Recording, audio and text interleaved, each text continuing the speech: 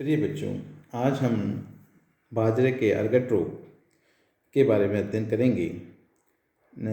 ये जो है विश्व के विभिन्न देशों Ghana, Nigeria, Rhodesia, Senegal, Tanzania, Zambia आदि में पाया जाता है। भारत में ये सर्वप्रथम 1956 में महाराष्ट्र राज्य के अंदर दक्षिणी सतारा क्षेत्र में एपिडेमिक के रूप में उपस्थित हुआ था और उसके बाद ये हरियाणा, पंजाब, आंध्र प्रदेश व विभिन्न क्षेत्रों के अंदर दिल्ली, उत्तर प्रदेश, राजस्थान, महाराष्ट्र, कर्नाटका, तमिलनाडु आदि में पाया जाना लगा। इस रोग के कारण ये माना जाता है कि जो HB1 और HB2 है वो काफ़ी ससेप्टेबल वैरायटी साबित हुई तथा महाराष्ट्र, कर्नाटका, तमिलनाडु, राजस्थानी, हरियाणा, पंजाब में बाजरे की फसल को लगभग 70% की हानि देखी गई। इसी तरह से अगर हम देखें तो ये जो बीमारी है ये परिपक्व अवस्था में स्क्लेरोसिया बनाती है, जिनमें अल्कलॉइड्स की मात्रा 0.42% होती है और प्राय इसमें अर्गोटॉक्सिन नामक जो है टॉक्सिक सब्सटेंस पाया जाता है, जिसको अगर चारे के साथ जानवर खा लेते हैं तो उनमें पेट दर्द, सिर चकराना, उल्टी आना, अतिसार आदि लक्षण भी प्रकट होते हैं। रोग लक्षण। इस रोग के लक्षण पुष्पन के समय दिखाई देते हैं। सबसे पहले बाली की संक्रमित स्पाइकिकाओं से छोटी छोटी बूंदों के रूप में गुलाबी या शहद जैसी रंग के द्रव पदार्थ निकलने लगता है, जो बाद में भूरे रंग के चिपचिपे द्रव के रूप में उनके ऊपर फैल जाता है। इस शहद जैसी अवस्था के कारण इसे हनी ड्यू स्टेज कहते हैं। हनी ड्यू स्टेज के कारण इस पे कीट पतंगे आकर्षित होते हैं और इस फ्लूइड के अंदर उपस्थित जो कॉनिडिया हैं उन कॉनिडिया को या एस्कोस्पोर्स को जो है दूसरे स्वस्थ पौधों पे आसानी से पहुंचाते हैं। बाली तथा सामान्य दानों के साथ छोटी बैंगनी गहरे रंग की भूरे रंग की अनियमित संरचनाएं स्क्लेरोसिया बनती है, जिन्हें अर्गट कहते हैं।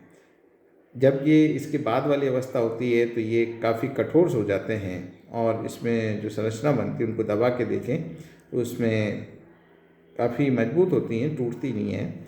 उन्हें स्क्लेरोसिया कहते हैं और स्क्लेरोसियम बालियों पर रस निकलने के 10-15 दिन बाद बनते हैं और ये तुषों के बीच से निकलते हैं और बाली से संक्रमित स्पाइकिकाएं थोड़ी सी या अनेक हो सकती है, एक समूह में पाई जाती है तथा अंडाशय या दानों को स्क्लेरोसियम के रूप में बदल देते हैं। स्क्लेरोसियम 0.5 से 1 सेंटीमीटर लंबे तथा 1 से 2 मिलीमीटर व्यास वाले कठोर काष्ठीय संरचनाएं होती हैं। ऐसा माना जाता है कि एक तरह से स्क्लेरोसिया जो है कॉम्पैक्ट माइसीलियल स्ट्रक्चर होते हैं, जिसके कारण एडवर्स क्लाइमेटिक कंडीशंस के अंदर ये ओवर विंटरिंग और ओवर समरिंग करने की क्षमता रखते हैं और इसकी वजह से एडवर्स कंडीशंस में जो सरफेस के माइसीलिया होते हैं वो मर जाते हैं, लेकिन सेंटर पार्ट जो इसका माइसीलियम है वो सरवाइव करता रहता है, जो कि फर्दर इन्फेक्शन करने के काम आता है।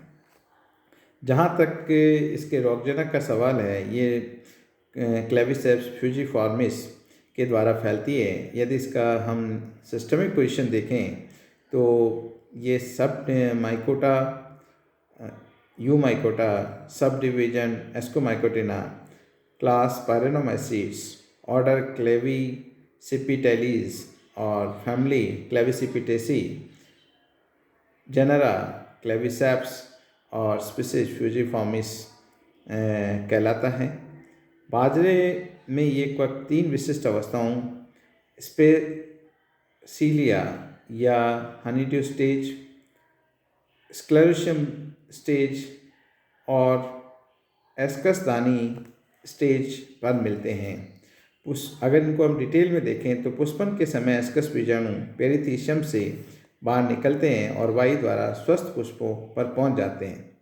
पुष्प वर्तिकाग्र पर पहुंचकर ये एस्को बीजाणु के एक संक्रमण सूत्र बनाकर अंकुरन करते हैं, जो वर्तिका में नीचे की ओर बढ़ता है और अंडाशय में उसी तरह से पहुंच जाता है जैसे पराग नलिकाएं पहुंचती है। इस संक्रमण के फलस्वरूप मधुबिंदु या स्पेसिलिया अवस्था उत्पन्न हो जाती है। भ्रूण पर आक्रमण होता है इसको पूर्णतः नष्ट करके पीत श्वेत क्वकजाल के रूप में बदल जाती है और ये क्वकजाल पटयुक्त एवं शाखित क्वकतंतुओं का बना होता है। ये क्वकतंतु अंडाशय के भीतर तेजी से बढ़ते हैं और कभी कभी सतह के ऊपर बाहर की ओर रेंगते हुए मिलते हैं। इस क्वकजाल से अंडाशय की सतह पर बीजाणु युक्त क्वकतंतु उत्पन्न होते हैं। ये जनन क्वकतंतु फूलते हैं और कॉनिडियम धर बन जाते हैं। इसी बीच अंडाशय की बाहरी सतह पर आपस से में गुथे हुए क्वकतंतुओं का एक सघन आवरण विकसित होता है जिसमें अनेक परत एवं संचलन व ऐठन कॉन्वोलेशन दिखाई देती हैं। ये परतें कॉनिडियम धरों को रखती हैं जिन पर कॉनिडियम उत्पन्न होते हैं। अंडाशय के प्रभावित ऊतक बहुत सा मीठा चिपचिपा तरल पदार्थ उत्पन्न करते हैं और बालियों पर उत्पन्न इस मधुबिंदु में अधिक कॉनिडियम अंतस्थापित रहते हैं। प्रारंभिक अवस्था में गुरु कॉनिडियम और बनते हैं परंतु बाद में लघु कॉनिडियम या माइक्रोकॉनिडिया बनते हैं। मधुबिंदु अवस्था के पश्चात स्क्लेरोशियम अवस्था विकसित होती है। स्क्लेरोशियम दीर्घित या लंबे से गोल हल्के गहरे भूरे रंग के गठन में कठोर से भंगुर भीतरी भाग में गुहिकाओं सहित माप में 3.6 से 6.1 मिलीमीटर लंबे तथा 1.3 से 1.8 मिलीमीटर चौड़े होते हैं। इनका आंतरिक आभासी मृदु उत्तक मध्यांश या मेडुला कुछ सफ़ेद होता है। इस प्रकार लक्षण दिखाई देते हैं। इसके बाद जो है स्क्लेरोशियम जो है 1 से 3 अथवा 16 तक मांसल थोड़ा बैंगनी 6 से 26 मिलीमीटर लंबी छतरी का बनाकर अंकुरन करते हैं और जिनके अग्र सिरे पर लैंगिक फलनकाय पैराथीशियम पीठिका अथवा मुंडक उत्पन्न होती है।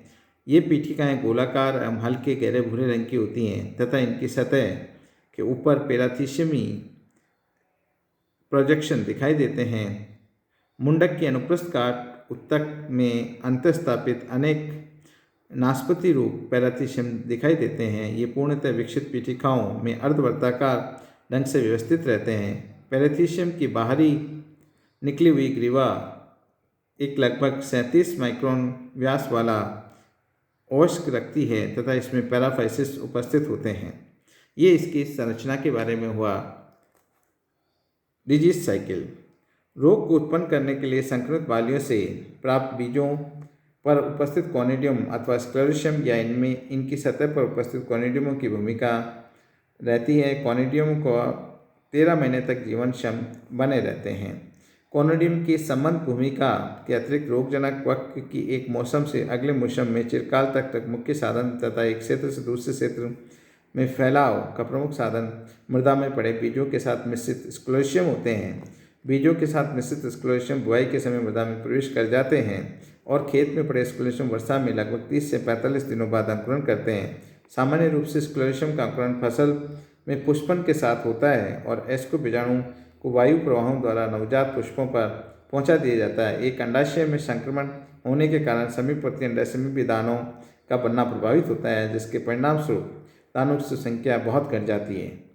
इस प्रकार उपज की हानि होती है। तो जहाँ तक रोग प्रबंधन का प्रश्न है, इस रोग को रोकथाम निम्न उपायों अपनाकर की जा सकती है। बाजरे की अगेती बुआई जुलाई के प्रथम सप्ताह में करने से रोग से बचाव किया जा सकता है। जिस खेत में रोग लग गया उसमें अगले वर्ष बाजरे की फसल नहीं उगानी चाहिए। उसके स्थान पर ज्वार, मक्का, मूंग कोई दूसरी फसल ले सकते हैं। खेत की ग्रीष्मकालीन गहरी जुताई करनी चाहिए। सदैव स्वस्थ एवं स्क्लेरोशियम सहित रहित प्रमाणित बीजों को बोना चाहिए। यदि बीजों के साथ कुछ स्क्लेरोशियम मिले हुए हैं तो उन्हें 20% नमक के घोल में डुबोकर उपचारित कर अलग कर लेना चाहिए और उसके बाद बीज को बोना चाहिए। स्क्लेरोशियम हटाने के पश्चात बीजों को थायरम और एग्रोसिन जीएन मिश्रण द्वारा उपचारित करना चाहिए। बीज उपचार के लिए 2 ग्राम थायरम व 1 ग्राम एग्रोसिन जीएन प्रति किलो बीज के हिसाब से मिलाना चाहिए। रोग की व्यापकता कम करने के लिए कोकनासी 0.15%, जायरा मुक्युमान, copper oxychloride, Fytolan, Dithane Z 78 आदि का मिश्रण 1:2 के घोल में करके 3 बार छिड़काव करना चाहिए। फसल कटाई के पश्चात खेत में पड़े रोगग्रस्त पौधे अवशेषों को एकत्र करके जला देना चाहिए। खेत में अर्गट से संक्रमित मधुबिंदु वाली बालियों को दिखाई देते ही रोगग्रस्त पौधों को उखाड़कर जला दें। बाजरे की रोग प्रतिरोधी किस्में RH-R1, MP31 इत्यादि को बोना चाहिए। ससेप्टिबल वैरायटी से बचना चाहिए। धन्यवाद।